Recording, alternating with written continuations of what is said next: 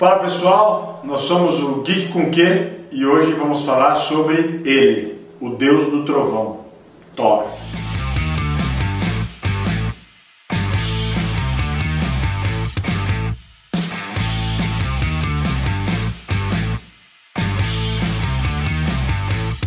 A escolha de hoje é uma escolha diferente, né? Até para mostrar para todos vocês as diversas possibilidades que existem aí no mercado de estátua, hoje necessariamente eu escolhi uma estátua numa escala menor, né? Que na verdade tem até um público muito maior que coleciona esse tipo de estátua, que é a estátua 1:10, né? E a estátua 1:10 que eu escolhi do Thor é a estátua que recentemente saiu da Iron Studios, né? Que é uma estátua, como vocês estão vendo aí, baseado em comics, né? A Iron Studios também tem estátuas 1:10 baseado em filmes, né? Aliás, tem uma grande linha, né? E tem a linha de comics, que já está, inclusive, no caso da Marvel, na série 3, se eu não estou enganado. E essa estátua do Thor, eu achei muito bacana, né? Primeiro porque é uma estátua que reflete o Thor no seu fase mais tradicional, sua fase áurea, vamos dizer assim, né? Então o uniforme, aquele uniforme clássico, né? Do Thor, lá de Jack Kirby, Stan Lee, lá de trás, né? Que é, no meu caso específico, o uniforme que eu gosto mais, né? Óbvio que o Thor, assim como outros heróis, passou já por diversas fases, uniforme diferente, uma hora com martelo, outra hora com Ultimate, que tem umas luzes aqui no meio. Ultimate e tal, mas eu particularmente gosto bastante dessa fase clássica do Thor, tá aqui, né? Exatamente. É o Thor de Stan Lee e Jack Kirby. Vai ver todos os detalhinhos, depois a gente mostra na foto. Essa estátua, assim como as estátuas maiores, elas também têm a versão regular e exclusiva, mas particularmente essa estátua eu acho que não tem necessidade alguma, né, da versão exclusiva. Mas o que é? A versão regular dessa estátua, você tem o martelo, o Mjolnir, na mão esquerda e a mão direita cerrada, né? A versão exclusiva é o contrário, né? Você tem o martelo na mão direita e a mão esquerda cerrada. Então assim, né? A não ser para aquelas pessoas que realmente fazem questão de ter sempre as versões exclusivas, que no caso da Iron Studios a única diferença é a versão exclusiva você só compra nas lojas, né? Você não pode comprar através de revendedores, tal, você tem que ir na loja comprar. Mas particularmente eu até tenho essa estátua na versão exclusiva, mas para mim é uma que não faz muita diferença. Essa é uma escala muito mais acessível, né? Uma escala que muita gente coleciona aqui no Brasil, né? E eu acho que da linha comics da Iron Studios, essa é uma das melhores estátuas que eles lançaram. Houve algumas pequenas críticas, particularmente com a pintura do cabelo, né, que acharam que não ficou tão legal, que a pintura do cabelo poderia ter um pouco mais de detalhe, o amarelo, algumas pessoas acharam que ficou muito grosseiro, né, e que é mais uma questão de projeto, e teve algumas questões de execução que para algumas pessoas aquele anel, né, aqueles anéis, né, que ficam dentro aqui do uniforme dele, chegaram um pouquinho raspado, né, e aí tiveram que pedir para trocar, etc. Né? Sempre gosto de comentar aqui para ser o mais justo possível, né, com todos os temas da estátua, os temas que são positivos e eventualmente os temas que podem ser melhorados e que apresentaram algum tipo de queixa por quem comprou. A sua teve alguma falha de execução ou não?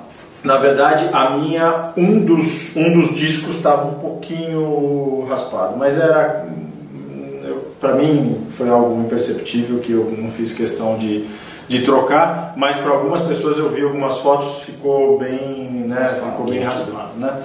E aí, Rafa, o que você trouxe para a gente ver de quadrinhos hoje? Bom, olha, confesso que é difícil achar uma história boa do Thor, hein? Eu sou um cara chato, eu li muito Thor na minha vida. Você é crítico de Thor. Não, eu sou crítico de Thor. Os filmes têm um trabalho difícil para fazer um filme ficar bom. E não é porque os roteiros são ruins, é porque a origem é ruim. Né? Você pega o filme do Batman, pô, os filmes do Batman são bons, porque as histórias são boas.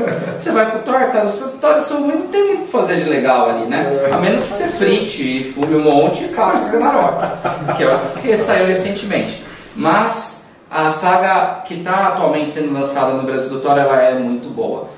a saga do Jason Aaron com Izad Ribic, que é... Essas aqui são as duas primeiras edições que lançaram no Brasil. Elas têm um compilado de histórias aí de 11 capítulos, que é o Bom, eles têm dois nomes, eu só enxergo de um modo só, que é o Carniceiro dos Deuses. Né? Eles têm aqui os dois nomes, Carniceiro dos Deuses e Bomba Divina, mais para atrair o público aqui. Mas é uma história única que fecha esse arco de 11 capítulos aqui que a gente tem do Thor. Por que eu escolhi essa história? Primeiro, que ela é boa. Segundo, porque ela não tem nada de terra. É literalmente Thor, é Asgard, é o lado viking, é essa parte de deuses que é legal do universo do Thor, que é explorada. Aí essa aqui, pelo menos é do caralho, a história é bem legal de ler, eu li assim, calma, como se fosse... Vamos falar dessa história aqui, não se sabe. Então assim, por que ela é legal, né? Primeiro a arte, cara, esse cara, ele já veio pro Brasil numa Comic Con, há alguns anos atrás, infelizmente eu não tinha essa revista, não sei nem se já existia ela quando ele veio, mas ele desenha num estilo meio aquarela, vamos dizer assim, né? Que a pintura dele, né, o jeito que ele faz é meio com tinta a óleo, então dá uma outra impressão e uma percepção muito mais realista pro personagem. Certo. E o cara, ele faz a revista inteira, tipo, então assim, toda a história, né, tirando um capítulo, que é o capítulo de origem do vilão, que não passa por ele, até faz sentido não passar, porque essa história se passa num tempo anterior. Então, se tem uma outra arte, até te ajuda a distinguir uma história da outra. Né? Mas ele desenha a história inteira e é linda. Você está mostrando meu cunhado, tipo, ele falou, caralho, velho, essa arte, tipo, esse Thor, né? Tipo, um Thor com força, né? E aí, aqui, até aproveitando, você vê, pô, mas peraí, esse Thor não tem o elmo, esse Thor tem. Cadê o Mjolnir nesse aqui? E aqui tem. Né? E aí, se mostrar aqui, você olha 3 Thors. E isso tem uma parte que é muito legal na história. Não é uma história de um Thor, é uma história de 3 Thors. De tempos diferentes.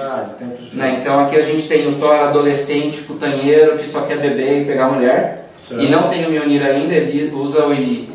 Tá mais difícil pra caramba de falar esse nome. Youngborn? Acho que é Youngborn. Jojo Youngborn é um nome difícil. A gente deixa escrito aqui, quem conseguir pronunciar ele, beleza. Daí tem o Thor clássico, o Thor dos Vingadores, que é o Thor que a gente conhece, que é um cara mais movido pela justiça, pelo senso de conseguir salvar as pessoas, ser um herói. E a gente tem o Thor versão Odin, né, que é depois de muitos anos, quando Thor se torna o rei de Asgard. Né, e aqui é de uma Asgard já destruída. E por que essa Asgard está destruída? Ela foi destruída pelo Carniceiro dos Deuses, que é um vilão chamado Gorr, G-O-R-R. Qual que é a história desse vilão? Né? E aí eles explicam isso no começo da segunda edição. Ele perde os pais quando ele era criança e os pais eram extremamente devotos aos deuses, não tem nenhum deus ali para salvar. Aí depois ele se esforça, trabalha, casa, a mulher dele está grávida, ele perde a mulher, o bebê, num acidente, logo depois que ela faz a prece, falando, não necessariamente uma prece, mas ela faz, tipo, putz, que os deuses os protejam, pá, vai lá e morre, tipo, com um bebê na barriga. Então assim, ele vai vendo isso várias vezes e fala, cara, esses deuses na verdade estão cagando para todos, né?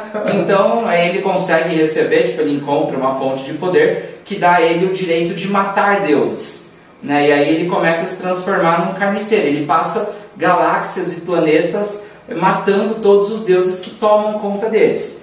Isso chega no Thor ainda jovem, porque o Thor jovem está lá com os vikings e tal, aí eles encontram uma nação que ele percebe que os caras não tem mais um deus.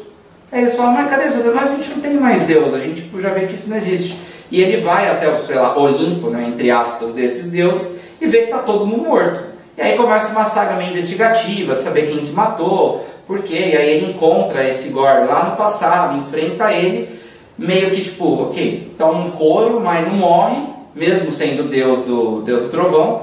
E aí o Gorr fica meio com raiva do Thor, e meio que tipo monta um esquema pro Thor ser o cara que ele vai fuder pra caralho. Certo. Então é tipo, vou matar todos os deuses e você vai assistir tudo, você vai ser o último, né? E aí o Thor do futuro, já nesse lado que ele tá lá em Asgard, tudo destruído, o cara já destruiu tudo, não tem mais nenhum outro deus em Asgard, tem ele, né? E aí os outros deuses, tudo que ele conhece também já morreu. Certo. E aí ele consegue, né, trazer, né, os outros Thors vêm para ajudar ele a destruir né, o Gore.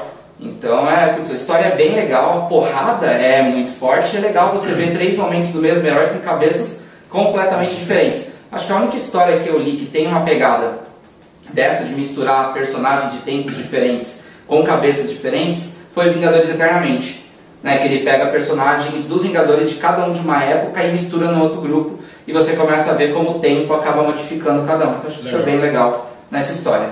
E aí, Guto? O que tem de jogo do Thor aí que você escolheu para nós? Bom, pessoal, acho que seguindo a mesma linha do Rafa, realmente o Thor tem muito jogo que porcaria. Tirando alguns jogos... Tem filme ruim também, cara. Pelo amor de Deus, nem acerta a mão no Thor. Tirando alguns jogos de luta, eu não queria falar novamente de um jogo de luta, que ele aparece como personagem em alguns deles. Ou como ajudinha, né? Ele era ajudinha no Marvel's Capcom. Exato. Tem alguma coisa contra o Thor? É voltado hoje.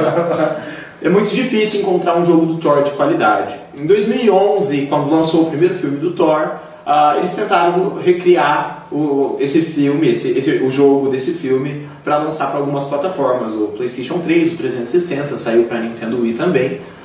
Mas, como a maioria arrasadora de qualquer jogo que tem origem de um filme, ficaram uma porcaria.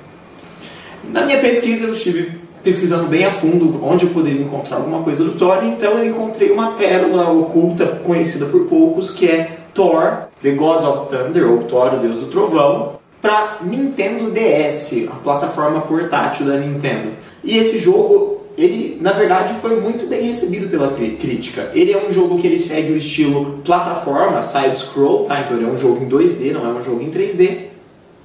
E ele foi desenvolvido pela WayForward, que é a mesma empresa e a mesma equipe que desenvolveu o clássico Contra. Não sei se vocês jogaram Contra, mas foi um jogo muito aclamado quando foi lançado. Foi o mesmo time que fez Contra 4 que desenvolveu esse jogo para o Thor. Esse jogo ele é muito bacana porque, na verdade, no Nintendo DS você usa as duas telas, então você vai de vários momentos, você salta da tela de baixo para de cima, da de cima para de baixo. E a história do jogo é relativamente simples, então o Loki arquiteta um plano para o Thor, fazendo com que a Sif seja sequestrada, e o Thor sai em uma jornada intergaláctica em busca da Sif, certo? No meio do caminho ele vai derrotando encontrando uma horda de trolls que ele tem que derrotar, até ele, enfim, conseguir resgatar a Sif e derrotar os vilões. Pelo visto, o roteiro do jogo é tão bom quanto o roteiro do filme. Exato. Tudo bem, mas assim, que bom que é um 2D. Adoro jogos 2D, cara. Tem muito jogo bom nesse sentido. E é uma falta hoje em dia. Exato. É um jogo muito bacana. Conhecido por poucos, é um jogo relativamente bom, muito bom mesmo. Então o Thor se resume a dar golpes com seu martelo e destruir os inimigos. E ele pode jogar o martelo dele pra cima e ele voa da tela de baixo pra tela de cima do DS. E aí ele solta e bate nos inimigos. Lógico que ele também consegue dar alguns golpes especiais usando os raios. Isso é muito bacana. O jogo depois ele tem uma fórmula um pouco repetitiva.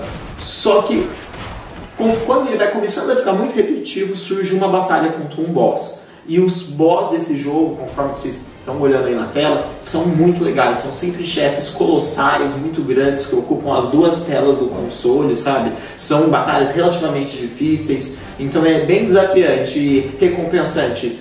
Eu gostei, eu tenho 3 DS em casa, que roda os jogos de DS normal, e eu até gostaria de comprar.